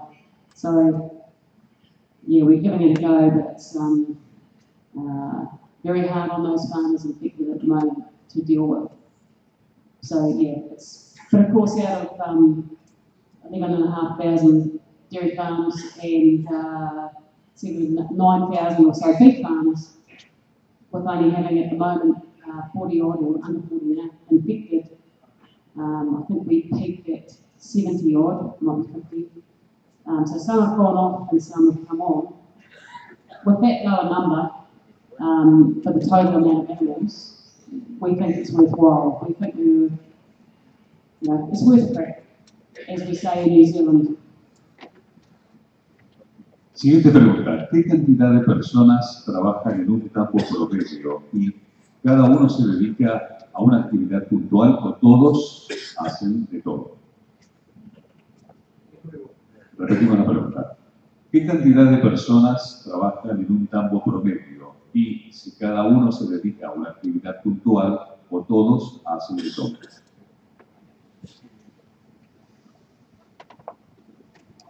So it does vary. So there's some that it might be up to 10 or 12, depending on the size. They might have multiple herds on those farms. They'll be very big farms, like 2,000 cows. I think one of the biggest farms we've got is with Kaya Island, and they have 5,000 cows, split into going through 2 different sheds, and bringing in like 4 or 5 mobs a day of milking. But they milk once a day. And that's actually an interesting technology that some of us are exploring now, myself included. So the average small farm, yeah, it'll be mum and dad. Some of them are small enough that it's just dad or mum. And some of those actually who live close to town, the wife or husband might work in town.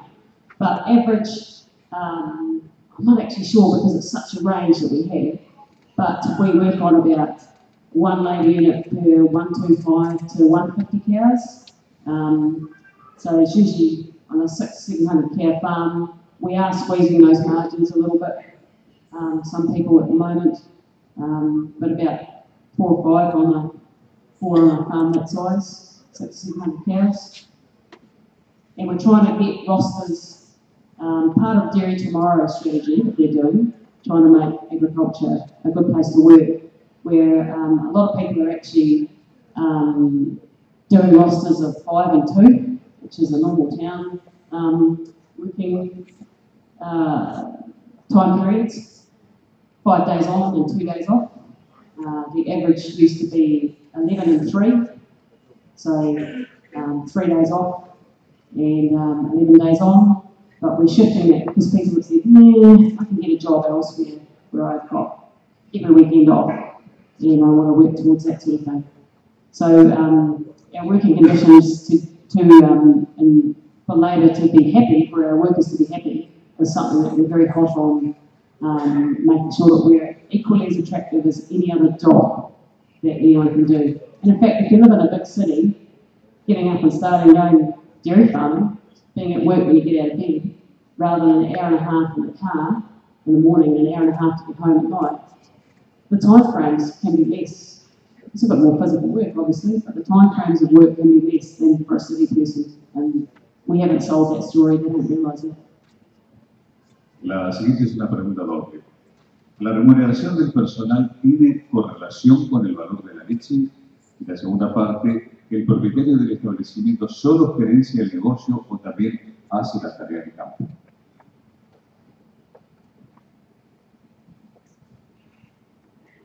Again, that varies on, as we say, ages and stages in your life. Generally, starting out, they're absolutely involved with the fieldwork and the smaller farms they are, right through to the end of their farming career.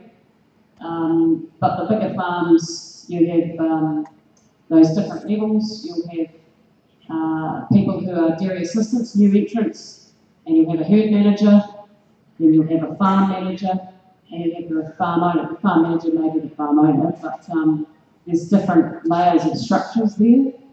So some of the farm owners don't work on the farm at all. They live in Queenstown or Auckland or in the city, but they employ, very good staff to do everything for them. But that is a lower percentage. But they will still go if someone is sick. They might get called. So sometimes if you live far away, it's pretty hectic if you're running back to the farm, because if something goes wrong, you may have to end up back there giving a hand pretty quick. And that's not irregular. My own farm, we've got our son-in-law and daughter on the farm now. He broke his leg this spring, so he and I went back and hard bore cows and milk bore cows all spring. But because of my role at Federated Farmers now, I'm generally only there on weekends to help out. Teniendo en cuenta que el límite para aumentar la producción en Nueva Zelanda es la superficie, ¿proyectan en el futuro ir a un sistema de freestyle o compost?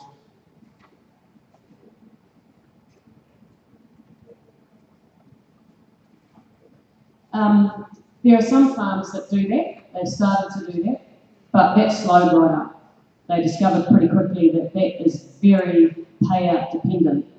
If the payouts are low, you do not make any money in those high input systems. You lose money at a very fast rate, as I said. The money and the profit, they don't go hand in hand. You put a lot in and you can lose a lot. It's being smart about it. So, but there is something else we're doing that's not freestall or not the loose housing. There's a bit of that going in to help with environmental pressures and animal welfare. So if the weather is very bad, you can put the animals into the herd home, which is big covered area, either with rubber mats and a big bunker underneath to catch the effluent. I've actually just built one for our farm. I built one 2 years ago, and it's very expensive to do, but we worked it out. Building it close enough to the cow shed meant we can store the effluent from the cow shed in it as well, and then put that out when the weather is good and the ground conditions cope with it. And in that way, we are stopping 6 metres of rain going into our effluent ponds and utilising the manure better. And that's working quite well. There's a lot of those in Southland when it's quite wet in winter because the environmental pressures are coming on. So I think we'll see more of that style, but not the individual beds and the intensive feeding. So the cows are still going to graze normally during the milking season, although on a wet night we can bring ours into the herd home, feed a couple of bales of bainage, and they're right there in the morning ready to go, and the paddock isn't wrecked, there's no mud. Nuestro agradecimiento a Katie Bailey y un fuerte aplauso para despedir. Gracias.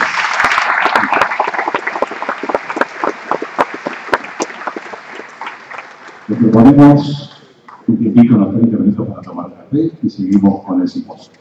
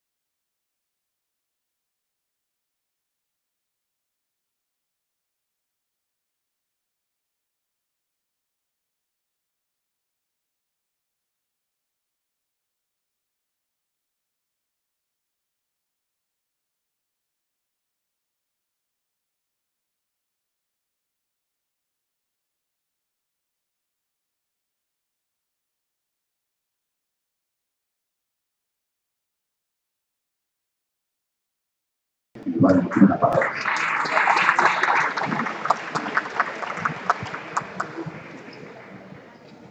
Bueno, buenos días. Voy a ser cortito porque la agenda que tienen ustedes, el programa es muy bueno. Primero, me dijeron si quería hablar, decir algunas palabras ahora que se acerca fin de año, y me pareció una buena oportunidad para hacer algunas consideraciones. La primera de todas, ¿qué año? 2018, que nos vamos a acordar mucho tiempo por todo lo que vivimos, todo lo que pasamos, todo lo que tenemos que aguantar y lo que seguimos aguantando. Así que valga mi reconocimiento al esfuerzo de las empresas, de los tambos, de la gente que trabaja en el campo, de lo que han tenido que vivir este año y los que han venido. La segunda, un reconocimiento a Mastellone porque realmente presentaron la agenda de la lechería hacia adelante. Escuchábamos a nuestra amiga neozelandesa planteando problemas que son los nuestros. Una agenda que dedica y se focaliza en producir más, al menor costo, contaminando menos, satisfaciendo las exigencias de los consumidores, en un contexto de clima cada vez más volátil, de mercados cada vez más volátiles, y en un contexto de recursos cada vez más escasos. Esa es la agenda. Y una agenda que atraviesa porteras adentro, como dicen los uruguayos, una agenda de competitividad, de eficiencia tranqueras adentro, una agenda del sector, que tenemos que trabajar en el eje del ordenamiento y la transparencia, en el eje de la competitividad y en el eje de los mercados, porque si no nos abrimos al mundo, no podemos tener destino. Y esta es la agenda, que la tenemos que construir entre todos. La realidad que vamos construyéndola, les quiero hacer algunos anuncios parroquiales, aprovechando esto. La primera, que a fin de mes se va a implementar ya el ZigZag, que no es nada más ni nada menos una ventaniza única para todo lo que son los trámites, las certificaciones, las habilitaciones que debe hacer cualquier exportador lácteo para colocar productos lácteos en el mundo. Que antes era una odisea poder colocar un contenedor de quesos o leche en polvo, y hoy, gracias al trabajo de SENASA, del trabajo de aduanas y puertos, se constituye en una única ventanilla, en un sistema integrado de gestión, al estilo del SIGLEA nuestro, que va a permitir facilitar, desburocratizar, eliminar trabas, eliminar cabinas de peaje, vamos a decir honesto, y vamos a simplificar ese proceso necesario para que podamos colocar lácteos argentinos en el mundo en todos lados, y fácil. Y la otra, que la semana pasada lanzamos, el mercado de futuro de lácteos, una herramienta que va a lanzarse, que va a implementarse a partir del 15 de diciembre, que intenta, sí, por supuesto, los privados, productores, industriales, proveedores, especuladores, por supuesto, juegan, va a permitir tener un mercado de cobertura de posibles bajas de precios para los productores en el futuro. Es un mercado que va a operar con contratos de leche, con base al precio del SIGLEA. Esperamos que empiece a funcionar a partir del 15 de diciembre y vaya tomando dimensión a partir de que todos los jugadores jueguen, o la mayor parte de ellos. Tenemos mucha expectativa, queremos que junto con los seguros climáticos, que también vamos a lanzar a partir del 2019, vamos a trabajar justamente esas dos herramientas para trabajar lo que es la volatilidad de mercados y la volatilidad del clima, para tratar de atenuar justamente esos efectos. Quiero hacer un reconocimiento y también aprovechar. Ustedes saben que la Dirección Nacional cuenta con dos directores, José Quintana y Sebastián Alconada. Sebastián Alconada nos deja, entre comillas, para ir a trabajar a la provincia de Buenos Aires. Quiero hacer un reconocimiento público del trabajo que hizo Sebastián. ¿Sebastián está todavía acá o no te fuiste? A ver si estás. ¿Se fue? ¿Pepe se fue? Pero voy a matar. Bueno, quiero hacer un reconocimiento porque Sebastián ha sido responsable de gran parte de todo lo que fue el desarrollo del SIGLEA, de lo que ha sido el relevamiento de las industrias, más de 670 industrias relevadas territorialmente, que nos va a permitir empezar a hacer un trabajo de transformación productiva en las mismas, de mejora de competitividad, y realmente ahora va a ir a trabajar en alimentos en la provincia de Buenos Aires. Le deseamos lo mejor y le pido, como cierre, un fuerte aplauso a esta persona tan luchadora. Muchas gracias. Felicitaciones de vuelta a Nacional por el programa.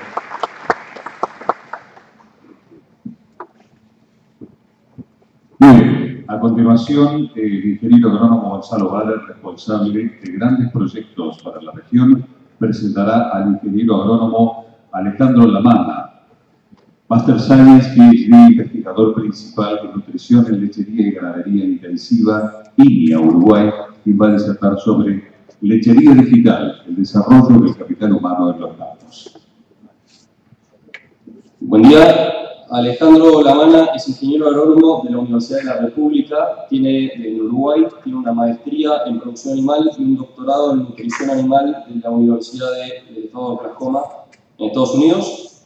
Es investigador de línea en la Estanzuela en Uruguay desde el año 91 y es actualmente investigador principal referente. Ha trabajado y trabaja en el impacto de sistemas lecheros en el ambiente y más recientemente en cómo impacta el ambiente, estrés térmico, barro, instalaciones en general, en los animales. También trabaja en consultoría privada en distintos países de Latinoamérica y actualmente está a cargo y fue el mentor del proyecto de ordeño robótico, cuya planificación empezó en 2011, el convenio entre INIA y GEA, para empezar a inaugurar y hacer el ordeño en el año 2017. Y por último, y como introducción a algunas de las cosas que Alejandro nos va a mostrar ahora, pero también como ejemplo del nivel de profesionalismo con el que trabaja Alejandro e INIA en general, en agosto Alejandro volvió de un año a hacer un postdoctorado en Oklahoma en sensores y uso de Big Data, con la intención de aprovechar al máximo y hacer real uso, investigación y desarrollo a partir de la información que estas tecnologías nos pueden dar.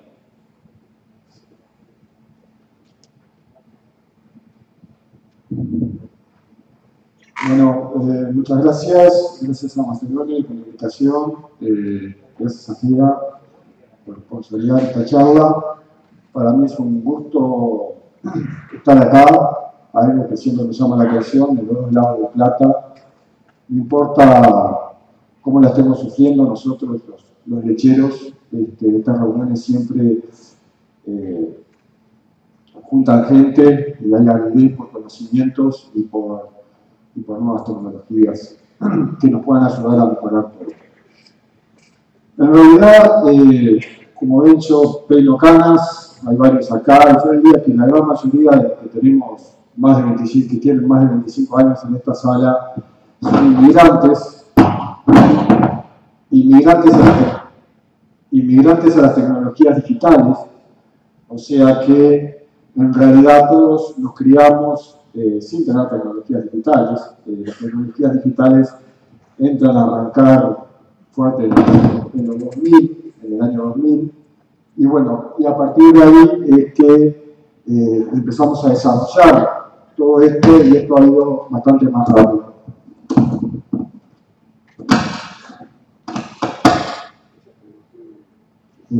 Sí, y es a partir de ahí que hace poquito me crucé con una foto.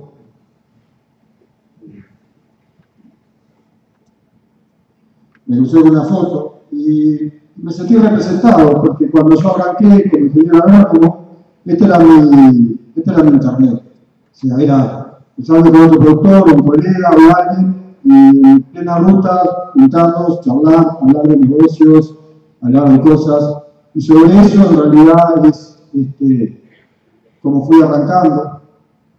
Y posteriormente, hoy, todos acá, creo que me voy a preguntar, pero ¿quién no tiene un smartphone en su bolsillo? ¿Y quién de todos ese smartphone lo tiene exactamente igual que lo compró de fábrica? O sea, alguna bajaron, alguna cosa nueva tienen.